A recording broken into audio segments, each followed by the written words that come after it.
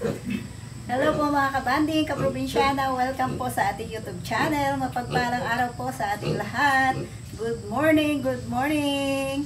Ngayon po ay araw po ng pagbibenta po ng aming mga bieg. Nagbenta po kami ngayon ng mga bieg. At ibabahagi ko po sa inyo ngayon kung magkano po namin nabenta ang aming mga bieg. Ayan po. Ang aming pong buyer, ang kailangan po nila ay 20 heads na mga bieg. So, ngayon po, nakabili na po sila ng 12 heads. So, ang kailangan na lang po nila ngayon ay 8 heads. Ang aming po mga bieg ay 9 heads. Kaya po, may natira po kami ngayon na isang bieg. Kasi po, 8 heads lang po ang kailangan nila. Ang amin naman pong bieg ay 9 heads. Kaya po, meron po kami nga alagaan na isang bieg. Yan po ang natira. At ang presyo po ng bieg po sa aming lugar ngayon, dito po sa Quezon Province ay 6,500. So, napakaganda po ng presyo ng bieg po sa ngayon. At kaya naman po, salamat sa Lord dahil naka-jackpot din po. Naka-presyo din po kami ng maganda-ganda. Ano po? 6,500 po ang benta po ng aming mga bieg. At kumusta po diyan sa inyo pong lugar? Magkano po ang bentahan po ng bieg po diyan sa inyong lugar? Ngayon po, para po mababa po ang presyo ng patiner sa ngayon, parang 190, 180 lang po yata. Hindi pa ako sure. Update lang po sa ating mga alagang baboy. Meron po kami ngayong isang bieg na natira. Doon po sa 9 heads. 8 heads lang po kasi ang binili ni buyer. Meron din po tayong dalawang patiner, meron din po tayong isang dumalaga, at meron po tayong isang inahin na manganganak po sa October.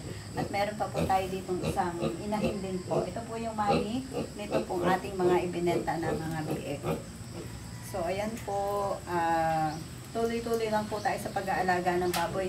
Minsan po talaga pong mababa ang presyo, meron naman pong panahon na nagja-jackpot din po tayo. Kaya po tuloy-tuloy din po sa pag-aalaga ng mga baboy. Gusto ko lang pong i-share sa inyo na kapag po tayo po ay magbebenta po ng mga bieg, dapat po kondisyon na po. Dapat po meron na po siyang deworm, meron na din po siyang vitamins, anti-hog cholera, at anti-pneumonia. Yan po ang mga dapat po na ang ating pong bieg, bago po natin ibenta, ay kondisyon na po. Para naman po, hindi naman po nakakaawa si buyer na bibili ng ating mga bieg, ay hindi naman po mga kondisyon. Dapat po talagang in good condition natin ibebenta ang ating mga bieg. Ayan po. At ang isa pa pong paalala, kapag po tayo ay magbebenta po ng bieg, dapat po hindi po natin sila papakainin. At kung maaari po, dapat po, pagkukuhanin po ang ating mga bieg, dapat po ay umaga, para po hindi mainitan sa biyahe ang ating mga bieg na bibilhin. At pagdating naman po natin sa bahay, sa pig pen po, pagdating po ninyo, kung kayo po ay bumili ng mga bieg, dapat po at least 3 hours po ay hindi nyo po sila papakainin o paiinumin. Ayan po. After 3 hours, yan, pwede na po silang pakainin ng konti, mga bieg, o painumin ng konti. Kasi po, syempre, nauhaw din naman sila sa biyahe. Pero, konti-konti lang po kasi po ay masama po ang papainumin at papakainin po agad ang ating mga bieg kung sila po ay bagong bili po natin. Ano po? At baka po maging sanhi po yun ng pagtatae. Bawal din po siyang pakainin bago kung ibebenta natin ang ating mga bieg. Dapat hindi natin sila papakainin kasi po ay baka po magsuka sila sa biyahe. Kasi maaalog po yung kanilang tiyan. So, dapat po walang laman pag po ibibiyahe po natin ang ating mga bieg. Yan po ay mga paalala lang po sa mga baguhan pa lang po na nag-aalaga ng bieg. Kung kayo po ay papasok sa ganitong negosyo, paalala lang po yan sa mga baguhan. Dahil yan po ay para sa inyo. Kasi po yung mga sanay na po mag-alaga ng baboy, alam na po nila yan. Dahil sa kanila din po kami natuto. Sa kanilang mga sharing, sa aming pagtatanong, sa mga sanay na po sa pag-aalaga ng baboy. Alam na po nila yan. Kaya po yung sinishare po namin sa inyo, ayan po ay dun sa mga baguhan pala ako na mag-aalaga ng baboy. Kaya po, Importante din po nagtatanong din po tayo sa mga marurunong na dahil gabay po natin yun para po sa wastong pag-aalaga ng mga baboy. At kung tayo naman po ay marunong na, marami na po tayong karanasan, marami na tayong natutunan sa pag-aalaga ng ating baboy, ayan po, pwede na po tayong mag-share sa iba, sa mga baguhan po na mag-aalaga ng mga baboy. Ayan po, at papakita ko sa inyo yung pagbebenta po namin kanina, yung pagkuha po ng aming mga biik. Ayan po, at ang pagbentahan po natin, ayan po, ida-down naman po natin doon sa lupa na kukuhanin natin. Ida-down po natin, iipon po natin yung ibang napapagbentahan po dito sa pag-aalaga ng baboy. Ida-down po natin doon sa lupa na ating kukuhanin. Kasi po ay meron po kaming kinuhang hulugan na lupa. Kasi po ito pong lugar na ito ay hindi po amin. Makikilagay lang po kami. So, in case, kasi po nagpabakod na po dito, nabili na po itong katabi, ito na lang po ang natitira na may balita po na ibinebenta na rin po ng may-ari itong lupang ito. So, kaya po, yun pong ating mapapagbilhan ay ida-down din po natin sa lupa na ating paglilipatan. Ayan po. Kailangan nating paghandaan na kung sakali at ito po ay mabenta, meron na agad tayong lilipatan. Kaya po paghanda po yan doon sa ating lupa na hinuhulugan para po meron tayong paglilipatan. Ano po, para hindi maputol yung ating pag-aalaga ng baboy. Magtuloy-tuloy siya. Ayan po. Ito po ang update po para po sa ating mga alagang baboy. Salamat po sa panonood ng aming YouTube channel. Salamat po sa pagsuporta. At good luck po. Good luck po sa ating lahat na mag-aalaga ng baboy. Maraming salamat po. God bless. God bless everyone.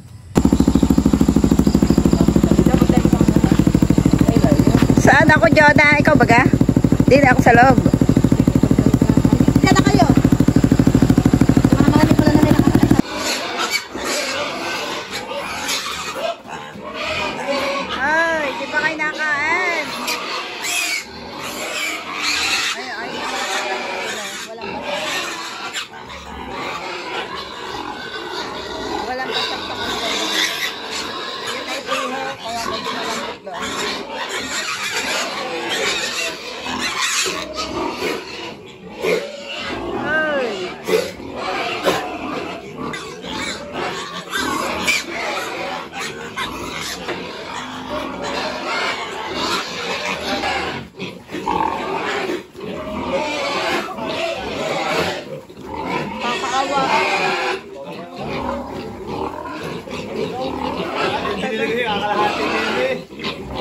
Ayan, kagulo oh.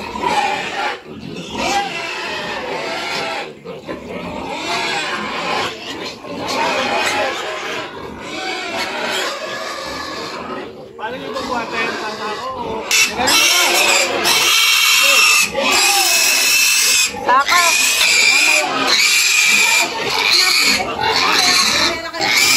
Hindi, pagkakala doon.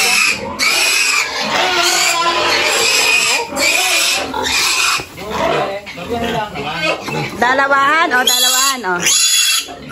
Oh, sige. Ay, kawawa naman. Oh, dalawa, tama lang dalawa at mahirap.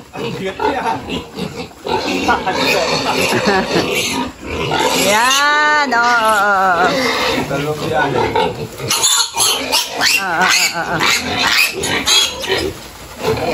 Ikaw din pa.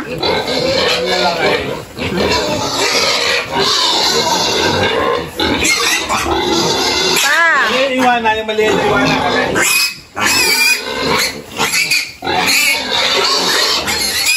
Kaya mo pa ang dalawa? Tama. At mamaya na rin tatlo na lang.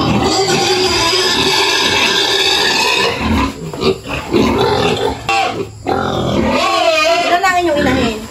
Tatlo? Oo.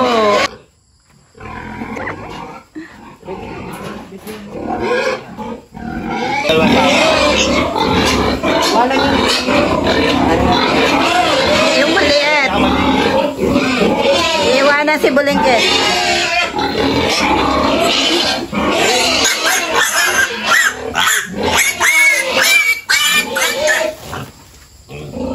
Eh, yung sinasabi niyong iniwanan sa inyo, iniwanan niyo din. Oo, ito. Napakaliit niyan. Napakaliit niyan. Ay, oo, ito mo, ang laki na. Itong dalawang ito. Yan. Gaga. Yan. Pa, yun, yung isa pa. Ilagay mo na yung isa pa.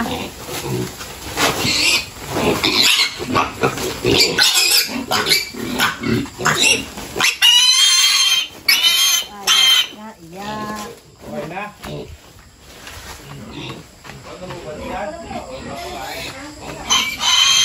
Ay, ay.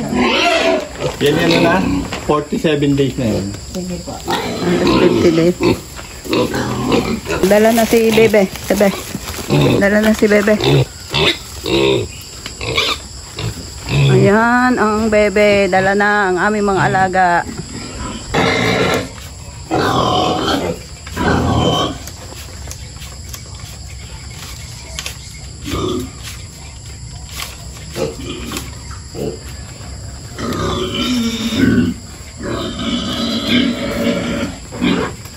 Ito po, bilang niyo din po.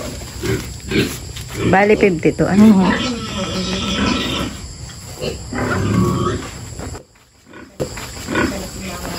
Maraming salamat. Thank you, thank you. Hindi mo na ewan kung kailan mo lahat ng balik kondisyon ng maigi. Kuya nga.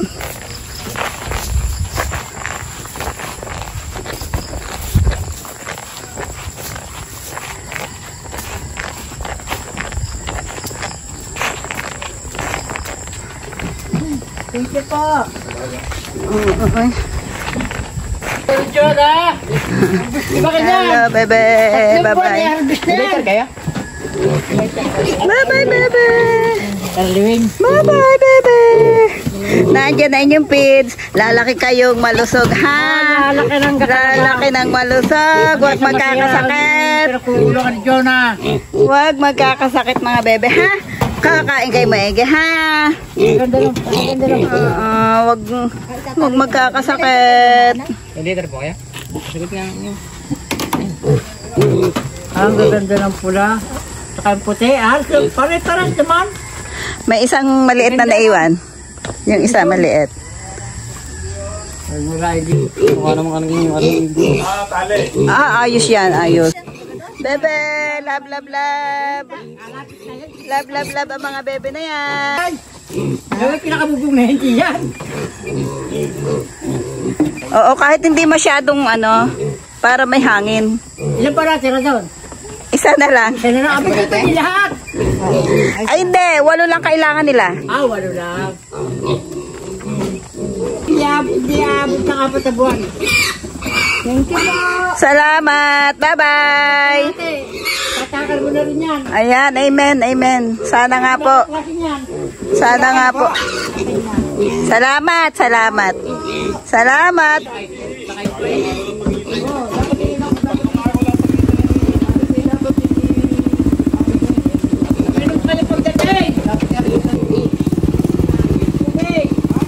Sila.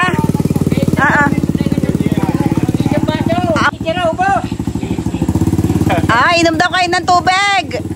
Kayong dalawa, ubos. Isang baso.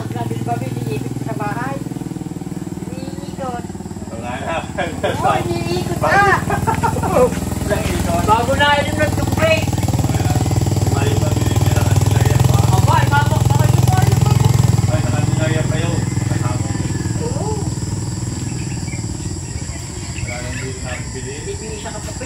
Thank you for watching. Please don't forget to like, share, and subscribe. Thank you and God bless mga kabanding!